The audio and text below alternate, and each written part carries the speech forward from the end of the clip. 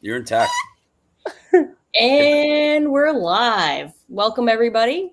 We are just having we were having some technical difficulties backstage trying to get backgrounds to work and trying to get microphones to work. As it turns out, Kalen was really proud. He had a really nice background that he worked really hard on, and then when he appeared, it was backwards. So great job, Kalen and Brandon. We're glad that you're here, and clearly you have won the background game. Anyway, welcome everybody. Welcome to this webinar on Thursday, September 4th. What time is it? 1 p.m. We got a great webinar lined up for you today. We are talking about how to nix the just checking in estimate follow-up. We know that you kind of already know not to do that, but I don't know, sometimes you probably do throw in a message like that.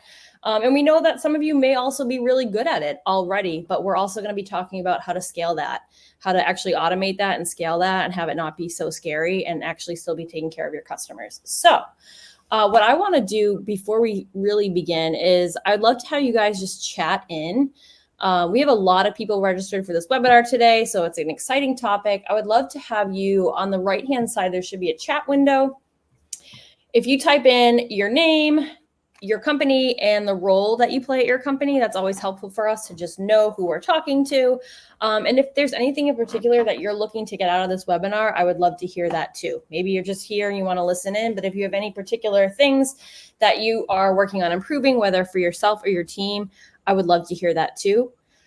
On a similar note, we are doing a Q&A at the end of this webinar, but you are free to ask questions throughout the webinar.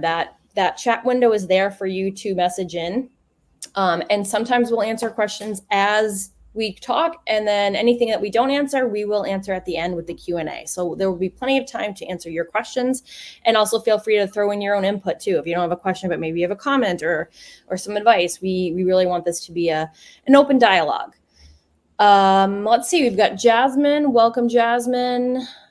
Jake, Victoria, Jane, Lauren. We have a lot of people. Thanks, guys, and from all over the place too. We've got sales support managers. We've got inside sales, director of marketing. Brian says he is always looking to improve the market recovery process. Interesting, Brian. We may want to revisit that. Great to see you, Ray. Looking to get 1% better every day. Love the energy.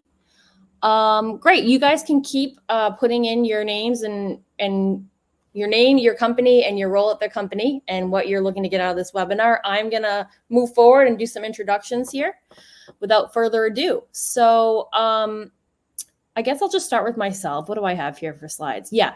Okay. My name is Kristen. I'm the head of marketing at Hatch. I've been here for 2.5, almost 3 years.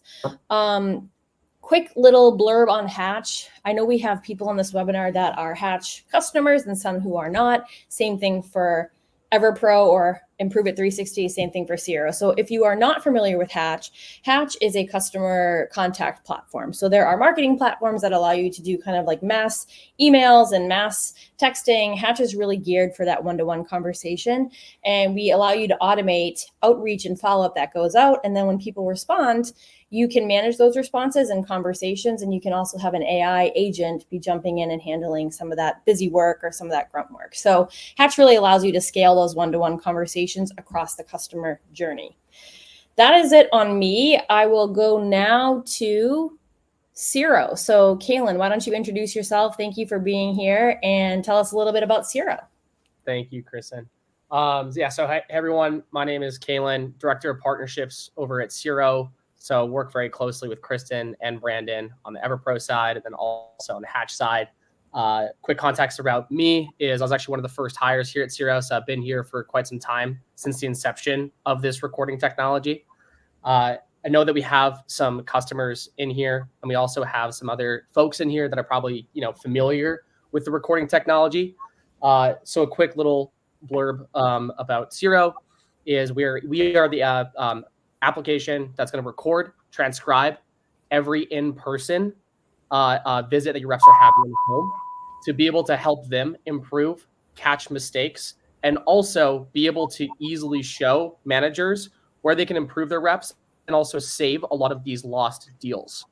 So think of rehash, think of, cross sell, right? Being able to actually get that intel for you guys to act on. So really excited to be here. A couple things that like a lot of people know us for is awesome customer service, really great transcription, and just overall a great technology reps love. So really excited to be in here and hammer on the subject. Love it. Thank you, Kaylin. And Kaylin, you're in California right now at Inbound, right? For HubSpot? Yep. Currently in San Francisco. So I'm in the tech hub Yep. of the world, I would call it. Yeah, it's pretty cool. Yeah. A lot of great executives here. I don't know if anyone in here is familiar with AI, but the Anthropic CEO is here. And also got HubSpot, obviously, and a lot of great companies here. Great stuff. Cool. Thank you, Kaylin. Excited to have you here. And now, Brandon, let's kick it over to you. Tell us a little bit about yourself and prove it. Thanks, Krista and Kaylin. Great to be honest with you guys. As Krista mentioned, I'm Brandon Toms. I'm the director of sales over at EverPro, which Improveit360 is one of our brands. I've been here about 4 years this month, actually. So I think the watch is in the mail for my anniversary, I think is what I get this year. So we'll see. What is Improveit360? It's a CRM that's built over Salesforce. I think for those that use the CRM or have used Salesforce, we are built exclusively for the home improvement industry. What is just so powerful and incredible about our CRM is utilizing Salesforce as the best CRM out there today, and being able to kind of, if you think of a spoke and a hub model of partnering with Hatch, partnering with Siro. What happens when all of that goes in? The CRM stores everything, really does take things to another level when you want to automate, estimate, rehash leads, as Kaylin had mentioned earlier. We're going to learn about that. The reporting and how we handle our project management, everything from lead all the way down to accepting payments, our system can do. We partner with some of the best in breed, third-party vendors in our industry. So those that are in home improvement that go to some of these shows, whether it's QR Top 500, Fast Remodel, or those, you'll see us there. We partner with everybody there. These two partners here today on this call, we thought it was such a great idea of how AI is coming to the table and all of our customers. And I see some of our customers in the chat that are looking for Ciros and Hatches just to add that extra layer, because we all know now that we're out of the COVID phase where we were turning leads away, now those leads go down. We're doing the best we can to get to them as quick as possible and as efficiently as possible. Our three solutions do that. Improveit360 is what ties everything together. So thanks all for joining. And Kristen, thanks for having me. Yeah, thank you. And like Brandon said, we are going to be talking a lot about rehash today. And we know that a lot of deals do not close in the home. So just fixing those processes or just optimizing them for what you do after that appointment is going to be huge. So that's what we'll be talking about today. Really quick, how do our three products relate? So we've all kind of talked about ourselves. This is a really simplified just flow chart, but Siro captures the in-home conversation. That data gets stored in your CRM. In this case, it's Improveit360, and then Hatch actions that data automatically. When I say Hatch actions it automatically, I mean that our AI agents will actually interface with customers and use that information to, conduct sophisticated conversations. But also i360 and Siro, their own integration also offers its own value apart from Hatch. So when that data gets into i360, you can use that for different workflows. And then Kaylin, I believe you said the Siro app also allows the rep, when they're going to the home, they can see all of their appointments for the day in there. Is that correct? That is correct. Yeah. Every single rep, every single day, they're able to just go in there and be able to click into their appointments. Yep. That's great. So yeah, that's kind of just a really high level view of how these three products work together. And then the other thing too is that if the data in i3, again, apart from Hatch, the data in the appointment, when you go to the appointment in the i360 calendar, you can see like the transcription and like the summary there, right? Yeah. So the integrations that we have with both of you guys are already pre-built. Now, the great thing is Kristen's kind of alluding to is if you do business a little bit differently, you are able to customize and configure our platform to kind of accomplish that, where you could have your reps live in the app for Siro with their appointments. Everything is flowing back and forth. So what's going to happen is Siro is going to bring it in.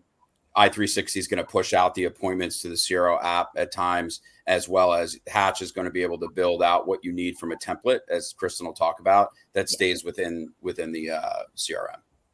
Yep, that's great. And then one other technical detail is that any conversation activity that happens in Hatch is going to also, that'll push back into your CRM, into i360, so that you have, that stays as your single source of truth. I know we're getting a little technical here.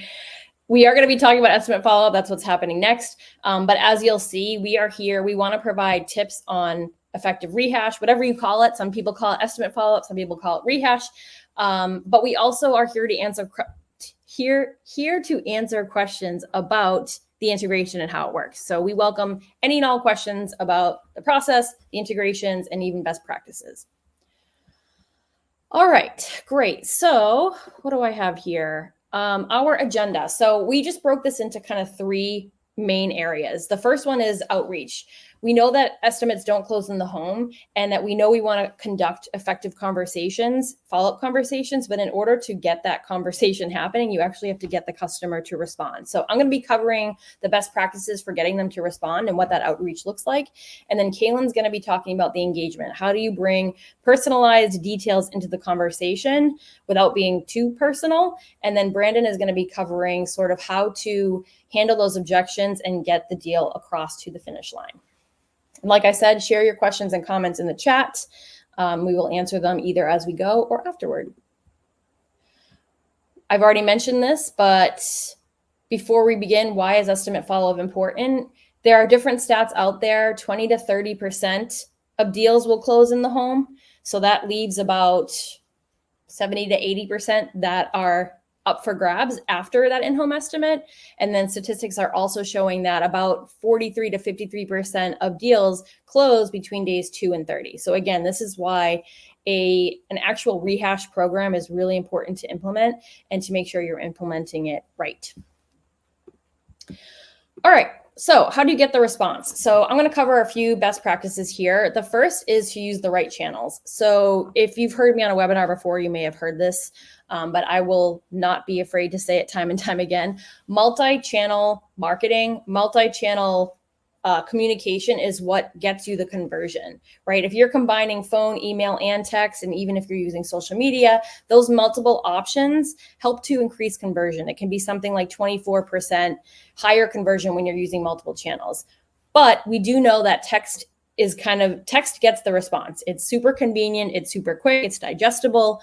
So we always tell our customers and even people looking at Hatch that a multi-channel approach is the way to go, but lead with text, because that will get the response.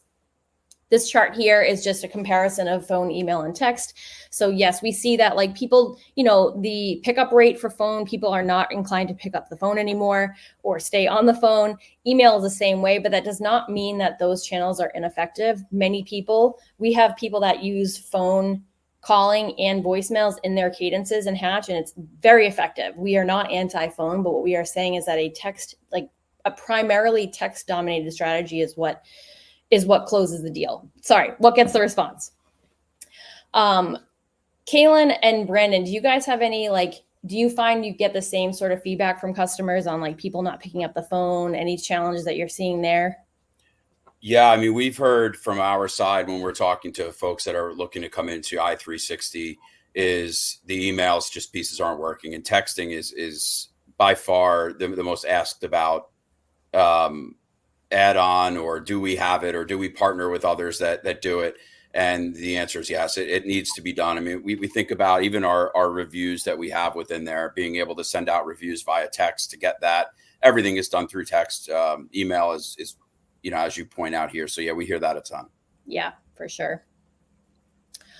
One other thing I want to bring up too is that we do find customers saying that what helps them is when the technician will go into the home and do the estimate, but when you have somebody else following up over text, that can be helpful in some ways, because the homeowner may like want to give feedback, or they may not be ready, but it's a little bit of a friction point if they're talking to the person that did the initial estimate. So obviously it's not like a deal breaker, but if it does come from somebody else, that can open up a little bit more conversation. And then of course, text is a little less confrontational. It's like, if you called them, they may be less inclined to give you that feedback right away. You catch them on the spot. They have a little bit more time to think about it over text. And like, I'm also going to chime in here as well. Speed to lead, right? I mean, the way that I like the way that our customers also perceive it when it comes to texting is immediacy. It's rather than having to go into an inbox, which is already cluttered. I guarantee everyone in here, unless you actually are a inbox zero person, it gets very cluttered, long message, difficult to get to. Text, easy. You're able to read it, get the message across quickly. Speed to lead, right? Yep, for sure. So use the right channels and then use a sequence. So we know that people are very distracted. Like text does get in front of people, but like it's not the only thing that they're thinking about. Like, yes, it's a big decision, especially when we're talking, Hatch does speed to lead, but it also does estimate follow-up. And these are big decisions. So it can take up to 8 touches for people to just respond to you. Even very interested people, decision makers, they just have other things going on. So I'm always interested and not surprised, because at this point I see it, but like, if you look in Hatch, you can look at the activity for a contact. So you can see like the automated message that went out and how many times it went out before somebody responded. And like, it'll literally be like a text and an email, and then a text, and then like a pause day, and then another text. And then like the person just responds. They're like, yeah, no, it's like nothing ever. It's really not a big deal. But that's what we love about Hatch, is that it does that sort of chasing so that you don't have to do it. But my point here is that you sequenced, or whatever you call it, a sequence, a cadence, there's other names for it, but reaching out multiple times, it's not annoying. Like people are just, if you say the same exact thing multiple times in a row, yes, it is going to be annoying. But if you have a deliberate, intentional sequence that's like, hey, we're following up on the estimate, and then the next message is like, we didn't hear back from you. A deliberate, intentional sequence can help to increase response rates by 4 times. We see that all the time. I've done some data studies on just looking at, our performance in Hatch and what are the campaigns that are getting the most responses. And almost every time it comes down to people that are using our templates. And that's because our templates are based on data studies. But overall, the best performing templates are about 8 messages, spanning across 7 days. There's usually 1 or 2 pause days in there. And then there's texts and emails. And that's not to say you shouldn't be calling. You can also absolutely be calling. We just don't build calling into our templates, because those are like, you can't really, it's a manual part, the calling. So anyway, the point is, use a sequence. Usually it's about 12, either like the next day or 2 days after that sequence gets outreached. And the last part is use the right messaging. So obviously on my X here, I have just checking in on hey, we're just checking in on the quote we sent over. Like, it's not terrible. Nobody's going to get mad at you for that. It's just, it falls flat and you can do so much better. We have 2 templates in Hatch that do really well. This is one of them, the one on the right. It's my job is to follow up on all appointments and make sure you had a great experience. And Kaylin, I'm sure you can speak to this too, because I'll say when I first started with Hatch, I was like, why is this the estimate follow-up messaging? I was like, what do you mean my job? That's because I was new to the industry, obviously, but now I understand that appointment is so important. And I know Siro, yes, you bring details in, but there's a whole coaching aspect to how that conversation goes in the home. Like, that in and of itself is one of the most important appointments in the sales cycle. Yeah, no, it definitely is, because you are representing a brand. Everyone in here wants a very consistent messaging on how their brand is perceived with the customer, right? Yep.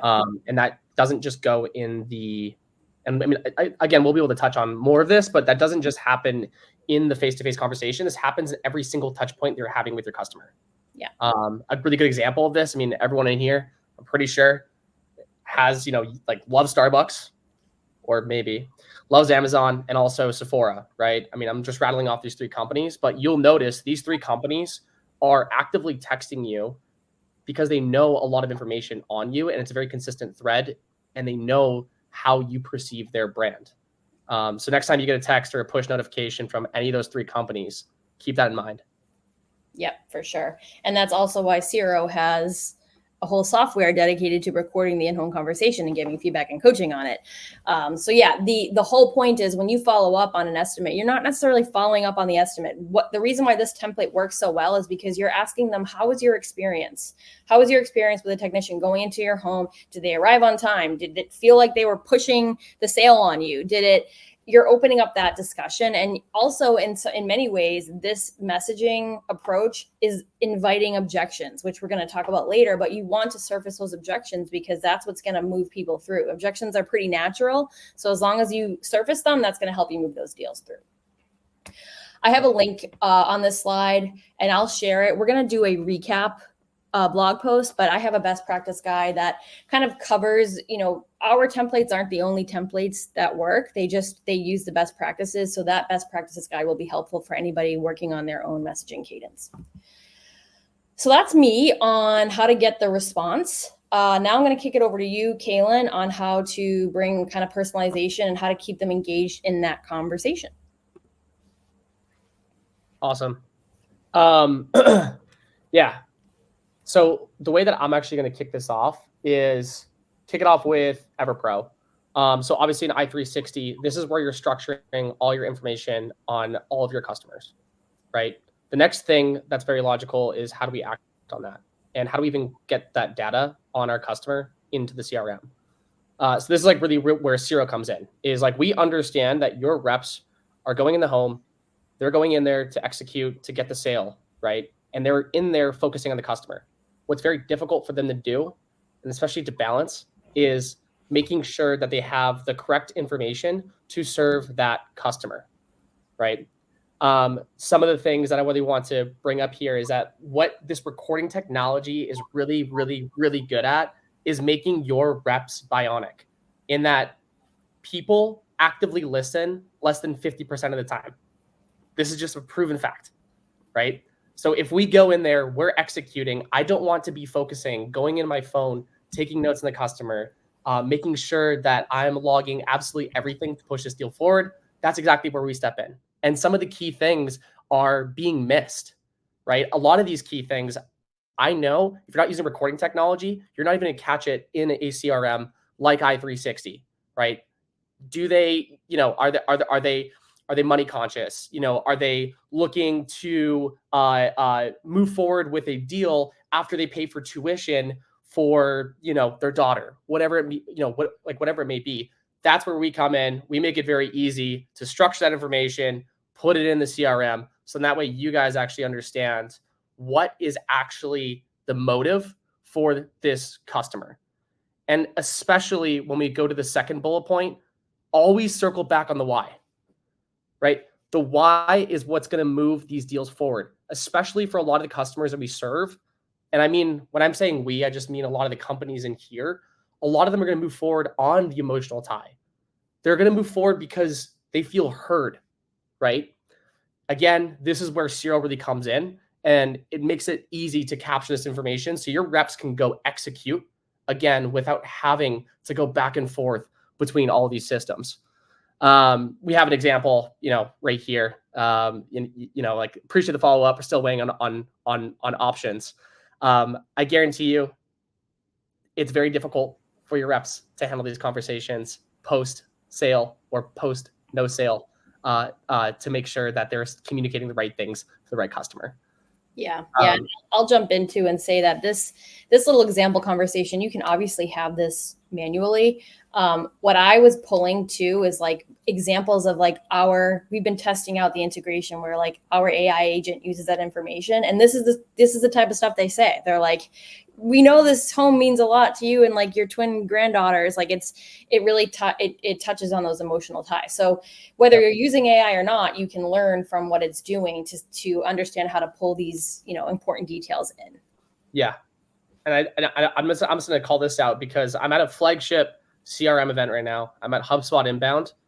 And the biggest thing that people are talking about is being able to actually take this conversation data and put it into something that's structured in the CRM. That is the biggest trend right now. And that's exactly like what we do as well, like here at Siro, especially with i360. But I'm just going to call this out because, a leading CRM, this is what they're, the main topic of discussion. That's a great point. I mean, I will jump in on that too. I mean, to be able to have, you know, your automation set up and your buckets and your type of objections, which I'll get into, is really, really important. We hear it all the time. People don't have time. We talk about speed to lead, about you guys getting to the leads. Your customers have no time to read through emails that are just fluff and that you could tell were made just for the sake of checking off a box and going through, you know, your little cadences of reach out. So they're not going to open the next one if the first follow up isn't worth it either. Yep. 100%. Yep, totally agree with that. The second, best practice is, again, being able to fully mirror the words of the customer. Everyone in here wants their brand to be represented the exact same from when they found you online, or maybe, like when they found you at like some home show, right? They want to be able to have the same brand expectations from that first touch point to when the rep gets in the home to when the deal closes, and also being able to nurture that, that lead all the way through the entire cycle. So it's very critical. And we see this a lot, even with Siro, is like the top performers, they're very good at just mirroring the customer, and not just in the words that they're using, but also in the tonality and also in the pacing, right? It's very different from when you're talking to a client in Louisiana, I know Southern draws, right? Compared to someone who's, a little bit, let's just say New York, right? We're very quick, very decisive. Yeah. There's different people that need to be served in different capacities. And, that's just one leading indicator that we see, especially on Siro's side, for a lot of those top performers, is the ability to mirror. And that doesn't just happen in the home. Again, that happens post-sale, or even if you didn't even get that sale, right? You want to make sure that you're still communicating, you understand the customer, and you have the ability to be able to mirror them all the way through. Brand consistency. Yeah. I don't know if you want to chime in here, Kristen or Brandon. Yeah. Well, I was gonna say that it makes me think of, like, I'm trying to think of I can't think of a clear-cut example, but like when I've had a conversation with somebody and then like we talk later and they use a word that I used, it's like I feel special. Like I feel like they listened and like thought that like it just makes you feel good. And like, I'm not trying to sound cheesy, but like I just feel like they thought about what I said. And so what I like about this tip is that, like, yeah, that mirroring, it's not like, you obviously don't want to overdo it. You don't want to use their exact phrasing and like parrot them. But when you use that mirroring, just like, it's so subtle, but it's really powerful. And it shows that you're like intentionally like you respect what they said, you value it, and you're like intentionally tailoring it to them. So I just really like this tip. Yeah, especially like, if the homeowner says like, like this room gets brutally hot in the afternoon, it's like, obviously you want to repeat that. Like that's clearly a pain, right? And we definitely want to hammer on that and make sure that we, again, hear the customer. One of like the prime examples where I see this like fail the most is when you go to dealerships. You walk in there and they're already so assumptive on what you want. They never actually ask you and guide you to the right option. Very pushy, right? And they do not mirror, they do not align on the expectations of the customer. Majority from what we've seen, but for sure. From what you're like, maybe objectively, subjectively, from what I may or may not have experienced. Yeah. This is coming firsthand, actually. Yeah. Right. Yeah, and then like the last piece, right? It's again, like we'll be able to touch on this, but it's like don't over personalize it. There is a boundary that cannot be crossed, right? It can feel creepy, it can feel forced, it can feel like very disingenuous when you get in there. It's kind of funny, like on our side, on the software side, there's like some companies that like say like, oh, we will be able to pull in information on your leads and be able to, create a custom message. And it's funny, we tried it and it's like, hey, saw you went to X university. Did you like X library? Right. Number one, although that's not over personalized, that's not going to hit, right? You don't even know the customer. It is crazy. but this is like a funny thing that I do want to bring up. The second piece then is like with the information that Siro captures, we do capture a lot of, well, again, like everything that's in the home, right? But the great part about our technology is like we're filtering out truthfully what matters, right? It's not, going in there and saying like, oh, like I'm sorry for, I don't know, I'm sorry for your loss or something like that. It's like, no, like we know that when we go in the home, there's something emotionally driving on why they want this project done. So it's stick to the insights that are relevant to the decision, like not just personal details. Again, it just creepy, forced, right? I imagine Kaylin is like, I'm just thinking of like, correct me if I'm wrong, but I'm thinking your AI probably looks too at like the whole transcript and looking back and saying, okay, this person mentioned this thing like 4 times. Like, yeah, you might know it in a conversation, but an AI analyzer can pick up things on a transcript that you just wouldn't normally pick up on your own. Or you could, but like you don't have the time. Like you're doing a bunch of different estimates in a day and things like that. So I can see too where it would pull forth some emotional drivers that maybe the person didn't say, hey, explicitly, this is really important to me. But like the amount of times they repeated it would also indicate that. Yep. And it's actually, we have a company, siding and windows. And this rep actually went in there and was focused on the siding, right? That's like what he was called in. That's what the lead wanted. But it's crazy. In that one conversation, there was 5 times that the customer mentioned, this room specifically gets way too hot.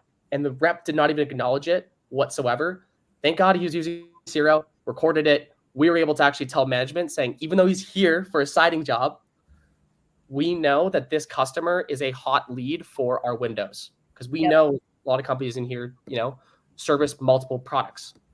Yep. But yeah, I like kind of to wrap up this point, personalization should feel intentional. Like it truthfully should not feel invasive, and you should be reinforcing the value of your product, the value of your company, easing concerns for these customers to make the right decision and to make sure that things just move forward.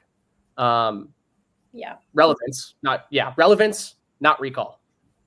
Yeah, focusing on the like Bella's soccer game, like that's super personal. That has nothing to do with the deal. So like think about what's personal, but like helps to move the deal forward. Yep. Awesome. Thank you, Kaylin. All right, Brandon, we're going to talk a little bit about objection handling. Yes. So, over to you. I love that conversation that just happened and some of the things that have really stuck out and as it relates to overcoming objections. Our 3 platforms, and listen, I understand that some of you guys are not in the home remodeling industry and Improveit360 might not be for you, which is fine, understood. What I am saying is these 3 solutions are not just best in breed, but it will change your culture of your organization. When we talk about objections, how to do it, for those who are in sales or who have led sales teams before or trained, this is a lot of sales 101. We could talk about mirroring not just words, but you mirror different kind of behaviors if you're in front of somebody or not. And I think all of those pieces make your objection handling that much easier. It's never easy, but it does become a lot easier when you go through this. So if we talk about fast responses, sometimes what we hear is our customers and how reviews and those kinds of things go, they just want to know that they're out there. I'm in the process right now of canceling a membership. Personal story. I won't get into what. I cannot get a call back, and I know that I'm like right up against it. It's very frustrating. So I know at my 3rd time calling in there, it's going to take it to another level. You have to show that you want their business. So the timing there helps, but it also drives the momentum. If you're a salesperson and you're training that team to go into somebody's home and give an estimate, some of the first questions outside of budget is, how long is this going to take? When can you guys start? You have to not just mirror the words, but mirror the sales process and mirror the situation. You could do that with your leads. And if there is an interest, to go back to the mirroring, you could talk about getting somebody in a timely fashion, letting them know what's coming up. Busy season is coming up. We deal with it right now in software. All of us on this call are monthly, quarterly driven businesses. So guess what's going to happen? In Q4, everybody is going to come to the table at once and implementations, everyone's going to want to get in line. Nature of the beast. If we are not in touch with them, we're not going to be able to overcome those objections when they come in. So that's why those quick pieces of just like quick message, got it, let you know, keep you going, but not just canned answers, as we just talked about, having things more personalized based on the data and the pieces that are coming back from Siro and Hatch. Yep, 100%. I really like what you talked about, like mirroring back, not just the tones and the words, but like if they are looking to do a fast timeline, like how can you mirror that? How can you come to the table and meet them where they're at? Yep. So, and like you said, like even if whatever membership you're trying to cancel, like even if they were to just say, hey, we got your call or we got your message and we're going to get back to you, would make such a difference. Right. But nothing is just, yeah. And the last piece on this too, with what you want for speed and timing is your own team. Having a good place to work and having a good technology stack for your team is a great way to not only recruit employees, but retain them. So when you're able to just stay in one system and your folks in the office don't have to leave that system, or if they're in the field and they're in the Siro app, knowing that everything's going to go back, that is worth its weight in gold. Our mantra here is if it didn't happen in the CRM, it didn't happen. So sales reps could just go after things. It's the same kind of mentality. We have great memories. You'd all like to say that we do, but sometimes things slip through the cracks. So having everything tracked into one place and not have to worry about double data entry really provides a really solid work environment. Yep, I would agree with that. I know that some people have had a hard time being like, well, whatever conversation happens in this platform, like I have to then put notes into the CRM. And then I know for us, like Hatch doesn't even, in some cases, the marketing team uses Hatch and the sales team doesn't. So, but it doesn't mean the sales team doesn't want to have access to the conversations that happened. So absolutely having the CRM be the one source of truth is totally on point. And to your point, Kaylin, you had mentioned it earlier around data. You eliminate in-office battles. You're always going to have a sales and marketing friction. I think that's healthy. Kristen could probably attest to that. But I would say that when you have the data to drive the decisions, you don't have to go back and forth. As salespeople, we typically use our gut and go with our gut a lot. But now the gut is changing to more of a data-driven model, and these are the solutions that could produce that data to go to it and make a solidified business case across the organization. Yeah. And I like what you're saying with like, there's still a personal interaction. There's still absolutely that tailored experience, but technology just allows you to, like Kaylin, you said earlier, like take information and box it up and structure it so that it is actionable. And then even just like, eliminating the time that it would spend to switch between platforms and do this and that, and like keep following up on that person, you're freeing up time to actually have the conversations that really matter. So, yeah. Simplicity to execute. Right. Yep. Yes. Yep. So here's some of the three top that we thought about when you have objections that usually come through us. We have our price, we have our timing, and poor experience.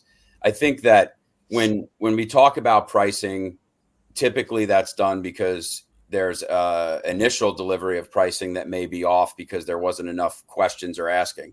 You could look at Siro software and use that from a coaching stability or ability to see which reps are underperforming in that area. So when you do get to a price objection, they're handling it in a completely different way. And the biggest way is they're not going to negotiate against themselves. I'm sure everyone on this call has been in a situation where somebody comes back, asks to discount something or asks to give a different deal, and we don't even know why. And the whole time the customer's like, I'm just going to see what I can get.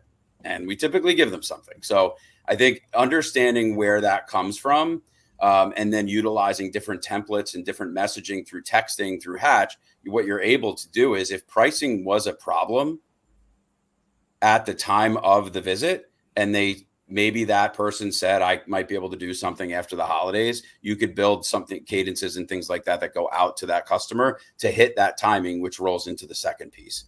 If timing is the big factor, or if someone needs to have their Windows installed before the winter is over, that allows you as a team, as a business, to create urgency and to move things along. You'd be able to send out interesting articles, even data findings about energy bills and things like that may be affected that we don't think about every time. We just think about that moment.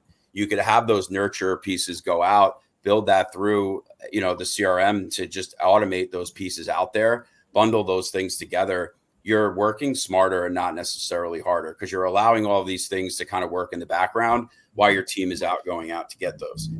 What else that does from objection side is your team's going to learn more about what's going on out there day to day and share real life examples and share, back to that word again, data of why people are moving forward and why people are doing it at the time that they're doing it. Because here's what they're going to save if they replace out or knock out their siding or their windows for that, as we approach it. It really does help in the timing piece. And again, really allows to, I especially give the opposite of a poor experience. You give a phenomenal experience. We lose a lot of business where you're not really all in on it. There wasn't some listening. Maybe that person had some things going on in the personal life and they just didn't have it right there. This allows you to kind of be good. And not only that, but you get to be better. You get to eliminate some mistakes because you could kind of go back and check on, what's going on back in their conversation. A good rep is going to not only record and have that going, but they're going to go back and replay what they did and to improve their experience. Yeah. This is a real life example. I don't know what I'm going to share. It's probably the first time I've ever done it on a webinar. My son's a 15-year-old and he plays baseball. And we had a meeting last night where there's a new app that they're using that photographs in-game at bats. And the only way that it works is if the player charts what they did in that game and how they did it to come out. And the best people that come out of it, the best hitters, are the ones that actually go back and look and listen and watch what they did. The same analogy applies here. Going back into that, you could eliminate those poor experiences. You could talk about, can I deliver price better? Can I create more urgency for timing? Those are your three biggest objections that come through. And being able to tie all these pieces together, these three pieces, really allow you to get better at that. Not going to win them all, but I think if everyone on this call could increase their reps by 2 to 5% and just the close rate alone across the board, we'd all be walking out of here pretty happy. Yeah. What I like what you were talking about too is like in this age of AI, like, I don't know about you guys, but in the past, it was kind of like too much information was like information overload and you didn't want to have like too much to deal with. But now with AI, you actually want more. Like you go into the home and you collect as much information as you can, because now you're going to have all this information and material to use. Like Brandon, you're saying, like in some cases, you're not going into the home and being like, I'm going to close a deal today. You're going into the home so you can set the stage and gather material to equip yourself to market and like cater the experience to that person. And that might happen over the course of 6 months. Like maybe they're not ready to make the decision, but you can do a nurture campaign. So I love this idea of being like, hey, let's just go into the home and gather as much information as we can, because we know that we have the technology to make it useful. Exactly. We don't want them to worry. We don't want them to overthink. Go in, be a consultant, be a salesperson, listen, know that you have something in the background that's backing you up. And I think, it provides confidence. And we all know that when you're confident, you're going to sell better and you're going to do a better job and provide a better experience. So I think all of those pieces kind of lend itself to that. Totally. Actually, just to echo your point there, Brandon, I love that you brought up that analogy, because what I love that you didn't mention anything about the head coach. Nothing. You didn't mention anything about that. And like, I want to make this very clear for like a lot of the people in the room here, is that the change that happens, especially with recording technology, happens through association. The reps need to be willing to acknowledge that they can improve, right? So I just want to make that very clear, because like the biggest proxy on our side to be able to dictate how much your team is going to improve is actually not the amount of times that we're overseeing every single appointment from a management perspective, the head coach. Mm-hmm. It's reps listening to other great reps and being willing to get that feedback. So I love that you hammer on that, because that's exactly what Siro's entire philosophy is built around. Look at that. Pulled that one out. Yeah. Good job. Home run. No pun intended. Wow, there's puns everywhere. That's all right. So I know we're almost at time here. We're almost done, but really using these question based to keep the doors open. I think this is a training tool. It's very common for yes or no questions. I think what we're able to do here is utilize different ways to get the customer to speak, have a better line of communication. I think sometimes one of the most frustrating things for my sales team when it comes to it is people that go dark and they ghost you. You never know. Back to Kaylin's point, there's no way to coach that without being able to listen to how the call was handled, how the follow-up was delivered. You know, we talked early on about tailoring and mirroring. I have reps that send out and they've improved, but they send out 5 key points of what the software could do for you without even knowing what the points are that they wanted.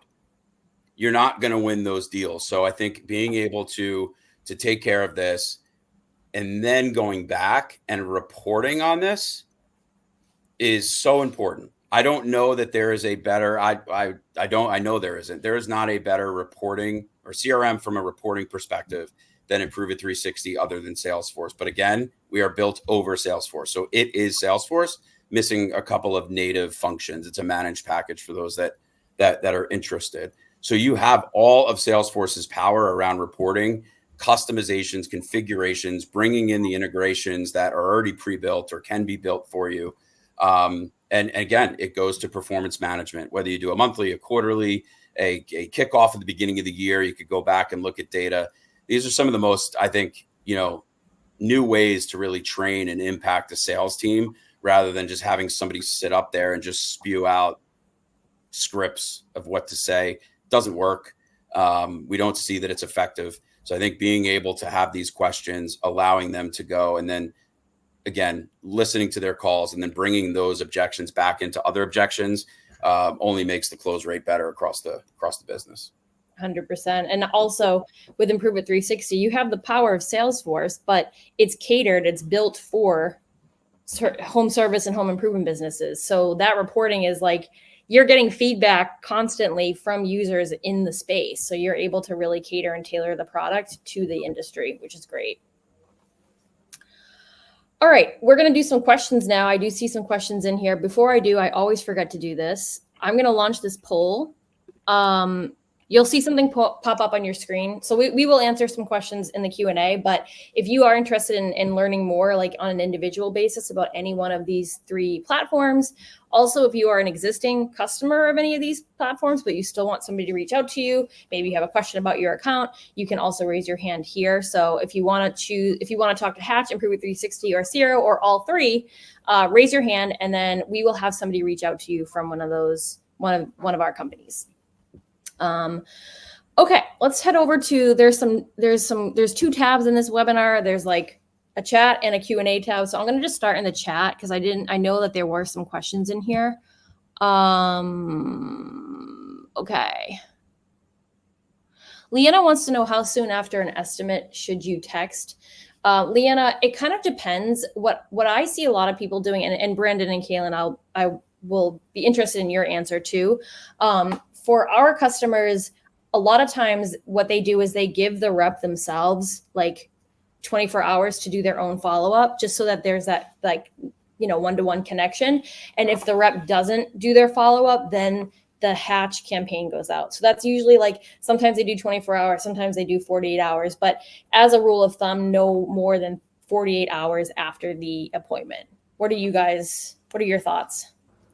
We see a lot of our customers as they go through implementation and set their automations.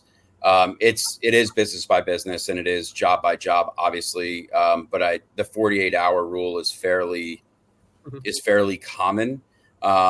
If you're in from a roofing side, it's probably going to be a lot quicker, just because of the way roofing estimates are done nowadays with drones and different images, that it's just quick. So 24 hours may be too long.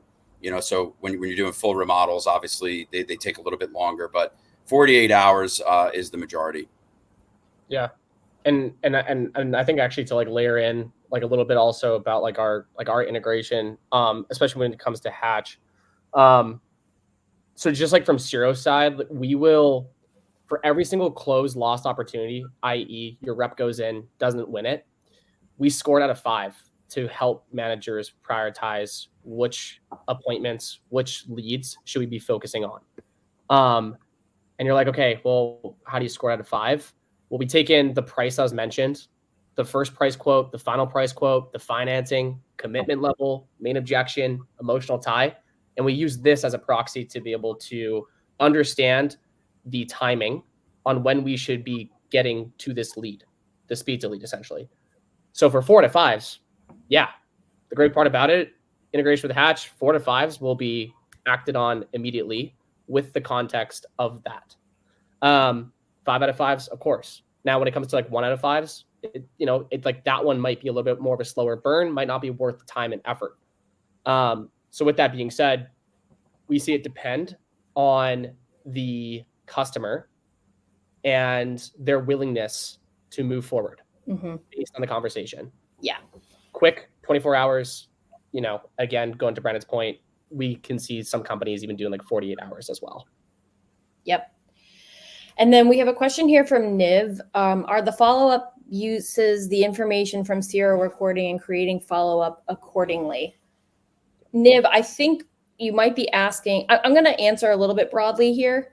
The Siro takes the information and sends it. It'll send the information from that appointment into i360 and also Hatch. So let's say like you're not even using Hatch, it'll send that information into i360 in like a structured way. So you can use that. You can create campaigns or workflows based on certain properties. And then in the Hatch use case, it will send that information right to Hatch in the sense that the AI agent will have the information from the conversation. But with Hatch, you still have to create your campaign that reaches out and starts the conversation in the first place. So that's where the i360 and Hatch integration comes in, because first you need to build your campaign. You want to say, hey, I want to reach out to these customers that have a score of 5, and like you build your audience there. So you might incorporate, you would have the data point that's in i360 that was created from Siro. Once you get the person to respond, the AI agent then jumps in and starts conversing, catered to the in-home conversation. Let's see. Brian wants to know, I've used these platforms for my company. I'm excited and love them. We're really glad to hear that, Brian. I have home improvement coaching clients and would love to offer this as a bundle. Do you have a package like this? Do we have a package? I think we do now. Yes, I think, Brian, we could definitely work with you on getting together on what we feel and what you think is the best, bundle to offer, in terms of like how fine, like how deep do you want to go in the integration type? Do you need just best practices, kind of, where we're all about adoption, as is, I think everyone on this call is about how do you adopt our product? That's how you're going to be successful. So we like to keep it, Kaylin mentioned the word simple before, and simplicity. I think what we see, and if you've used Improveit360, you know how complex it could get at times, but adopting the product and really giving you a customer journey that allows you to do that. I think bringing in these two products, having best practices put in, we could definitely work out a bundle offering that, you can kind of go out there. And I think 3 of us would be more than happy to jump on a call and talk through that. Yep, for sure. Yeah, 100%. Great. And then James wants to know if Hatch is multilingual. James, our AI agents are flexible with their language. It kind of depends on what capabilities you're looking for. I know that if a person starts talking to them in their language, the AI agent can match that, but not for all languages. And then James had another question. Is i360 moving to Lightning? We are there, and we are live, and we are in market with Lightning. Yes.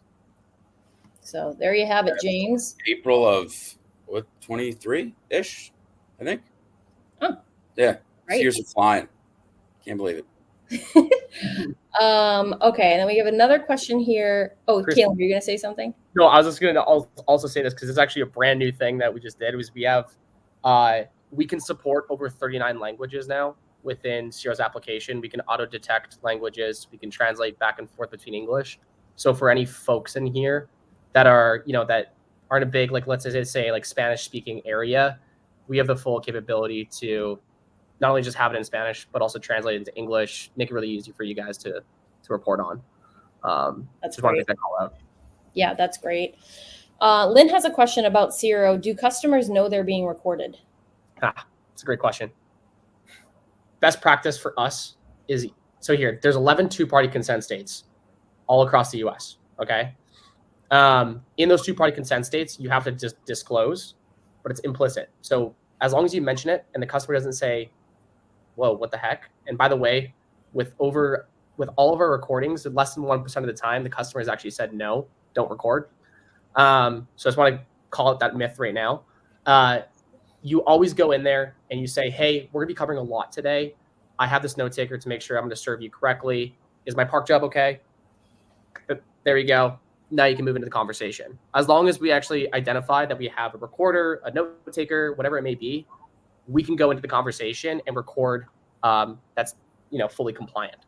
But a lot of our best practice companies, even in one-party consent states, still do that for legitimacy purposes. It shows that they're vested in the customer, and the customer understands that, hey, this is a large investment.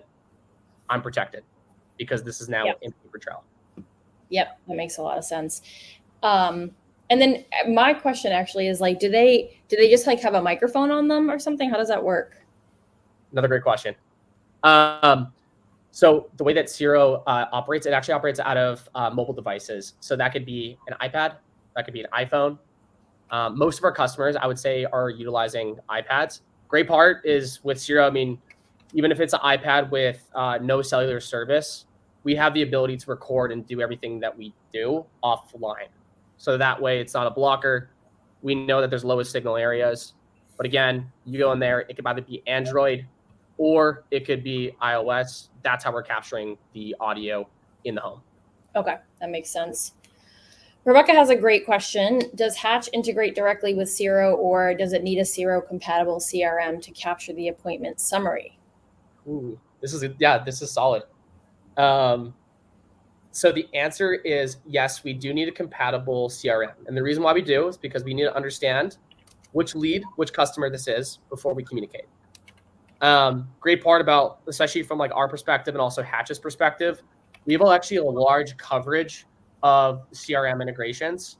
So, I mean, we can definitely chat about which ones we have and don't have, but I'd actually encourage you, if you go to Siro's website and you just go into partners and you just drop down and click CRM, you can see all the compatible CRMs. We have, I would say, full coverage, honestly, across the market.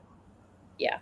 And I'll add to that, that with the way Hatch works, like I alluded to earlier, is that you first need to build out your campaign that says, here are the people that I want to reach out to. So the way Hatch works is you build out an audience and you say, I want to reach people that meet these conditions. And you do that by taking criteria from your CRM. You can also build an audience and build an audience of your new leads that come in, whether that's through your website or your like your Angie or any other lead sources.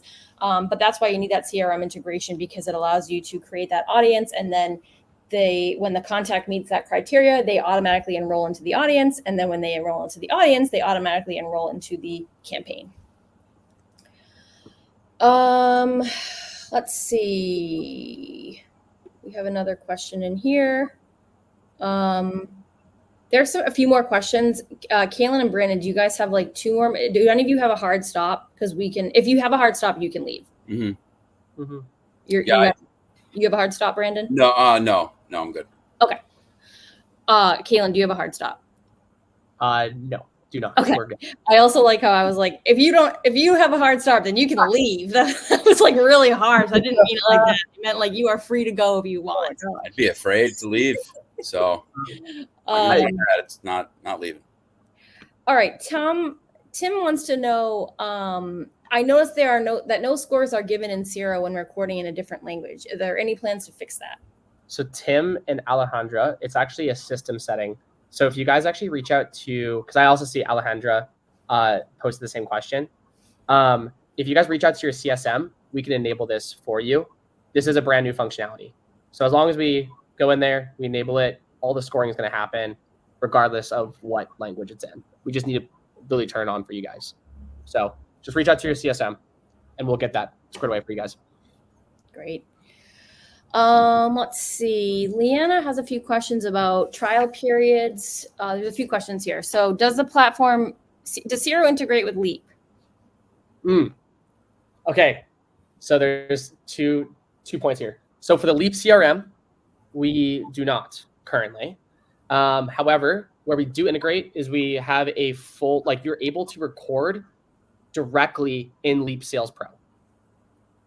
we have built Siro's technology directly into Leap Sales Pro to make it easier for your reps to be able to record. So if you are using Sales Pro, we can easily turn that on for y'all and be able to, like ensure that all of the recordings are happening through Leap Sales Pro. Great. This one might be harder to answer. Leanna is curious about pricing and if we offer trial periods. Leanna, I can tell you that Hatch we don't typically offer trials just because like the setup, because Hatch is kind of embedded and the integrations work so seamlessly, there is some setup involved there. So like there's an onboarding process. So our trial periods aren't too flexible, but Brandon and Kaylin, do you guys have any trial offers? Not on Improveit360. It's a custom build, so we could offer a sandbox site, but that's only as good as the data that goes in there. So we don't typically recommend that. And I also did see your question around pricing, being a small business. We do have small businesses on Improveit360, but we have another CRM offering as well called Market Sharp, which is typically where we are up against Leap and their CRM. So we have options. Really depends on how far you want to take it, and we do still integrate with Leap as well. So it's a user-based pricing model, and we have a few different user options, which is why it's tough to give that out. Yeah, Hatch integrates with Market Sharp as well. I think we integrate with Leap, but I think our integration with Market Sharp might be a little bit more involved, a little bit more deep. From Siro's side. If you're sub 10, we actually do have some pricing options custom built because we understand that you guys are probably going to be in your growth phase, especially if you're evaluating a technology like Siro. So we do have 2 pricing models to make it easy for everyone that's sub 10 to be able to utilize this technology. If you're above, we do have the ability to also just do pilots where, we will essentially just take almost like a deposit up front. And then we'll be able to help prove it out for you. Again, our biggest thing is we want to make sure that, you're going to get the ROI. And a lot of people, when they're typically evaluating this technology or even know about this technology, it's like, are my reps going to record? So that's the one thing that we always prove out. So we're always happy to offer the extra service, the extra help, and also low barriers to make sure that you see that. Great. Okay, I think actually there might be another question here. I thought we were done. Okay, one more question is, does Siro work with Builder Trend? No, but this has actually been a topic of discussion. We have looked into it. From what we understand is there are a good amount of companies and actually our customers that are utilizing it. That's one thing that we're very quick at being able to build out integrations, I will say. We have a really fast team and a really large engineering team. So we could take that offline, but that definitely is something that's been brought up multiple times from our perspective. Great. Okay, I think that's it. Thank you guys so much for your time today. Kaylin and Brandon, thank you. This has been fun. Yeah. As you guys may or may not know, we will send the webinar recording. It'll auto send within the next 30 minutes or something. So you'll get a replay email, and then we'll also do a blog post that recaps everything kind of in text forms. You can skim through it. It'll also have some links to some blog posts and things like that. So you'll be getting an email. You'll be getting the recap email from, I think it's going to come from me. So if you had any additional follow-up questions that you wanted to get answered, you can respond to that email and I will either answer them or I will route them to Kaylin or Brandon. And I think that does it. So thank you guys so much for your time today. And let's do this again soon. This was fun. Great. Thanks, everyone. All right. Bye-bye. Thank you.